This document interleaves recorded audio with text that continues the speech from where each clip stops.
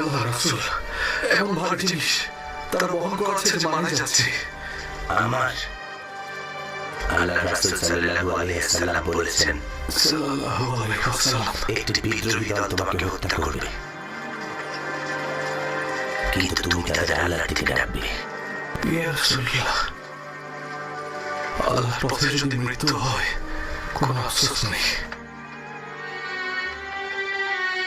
আখিরাতে তোমার কিছুই নেই। হে আল্লাহ, আনসার আর মুহাজিরিনদের শক্তি বৃদ্ধি করে দিন।